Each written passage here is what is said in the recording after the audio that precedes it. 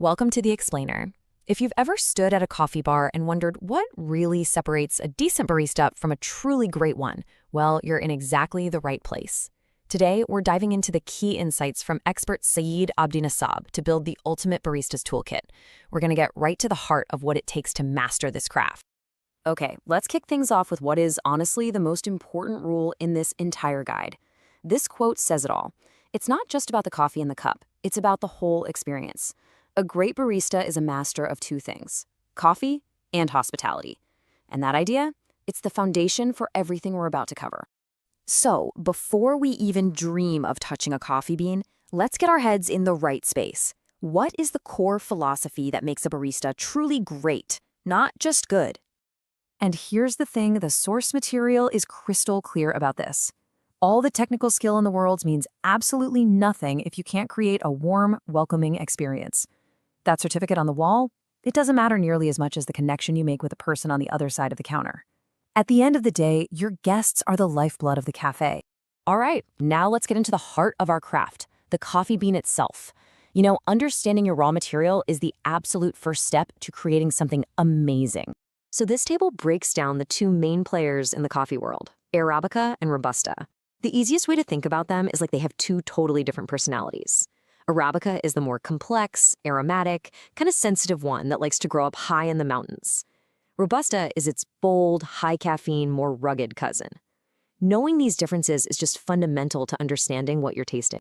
So you've got these incredible beans, right? How do you protect all that amazing flavor? Well, you have to defend them against these three enemies: oxygen, light, and moisture.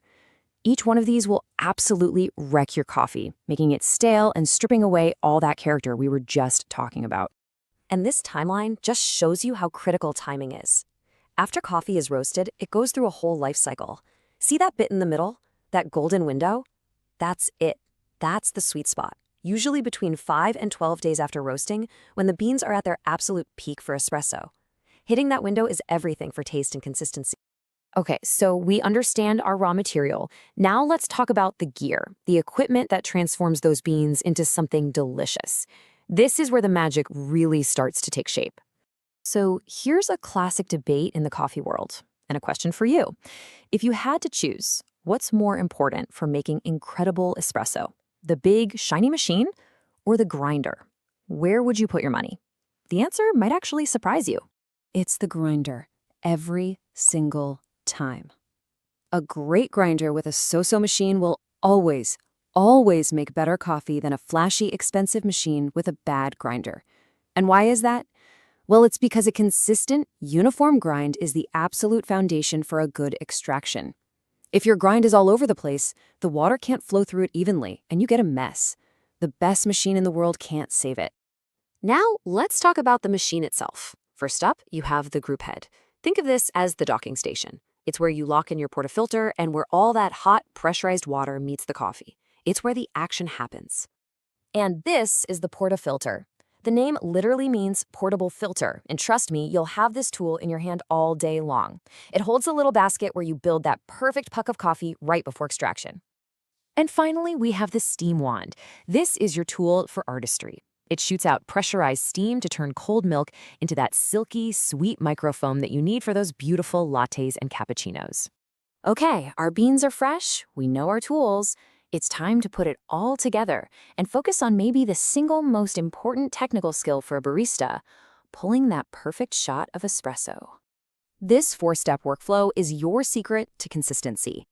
Dose, distribute, tamp, and extract. You're going to do this hundreds of times, so every single movement needs to be deliberate and repeatable. Mastering this little ritual is how you make sure every single shot is just as good as the last one. Think of this table as your starting recipe, kind of like your blueprint. A super common starting point is 18 grams of dry coffee in to get about 36 grams of liquid espresso out, and you want that to happen in about 20 to 30 seconds. By controlling these key variables, you can dial in any coffee to find its delicious sweet spot. But what happens when that timing is off? Well, as you can see here, if the water flows through too fast, your shot is under-extracted. If it flows too slow, it's over-extracted. You're basically either pulling out too little flavor or way too much flavor from the coffee. So what does that actually taste like? Well, here's what that imbalance tastes like. Under extraction is just unpleasantly sour, sometimes salty, even grassy. Yuck. Over extraction is bitter, burnt, and leaves this really dry feeling in your mouth. The goal of that perfect shot is to find that beautiful balance right in the middle, avoiding both of these nasty extremes. All right. For our final section, we're going to bring it all together. We'll combine that perfect espresso with beautifully steamed milk, and most importantly, we're going to bring our focus right back to where we started, the guest experience. You know, creating that beautiful, silky microfoam isn't magic. It's just a little bit of science. You're really just playing with three things in the milk. The protein is what gives the foam its structure. The lactose, or the sugar, breaks down when you heat it, which is what makes steamed milk taste so sweet. And the fat? That gives you that rich, creamy body. When you get this, you can really control the final result. And this right here brings us to our final and most crucial point. Every single thing we've talked about, the beans, the grinder, the workflow, the milk, they're all just tools. And all of those tools serve one ultimate purpose: to create a wonderful, memorable experience for the person you're serving. So we'll leave you with this question to think about on your coffee journey. What makes the best barista? Is it the person who makes the absolute best coffee, or the one who creates the absolute best experience? As we've learned today, the real secret is that you can't actually have one without the other. The true masters of the craft excel at both, turning a simple drink into something truly special.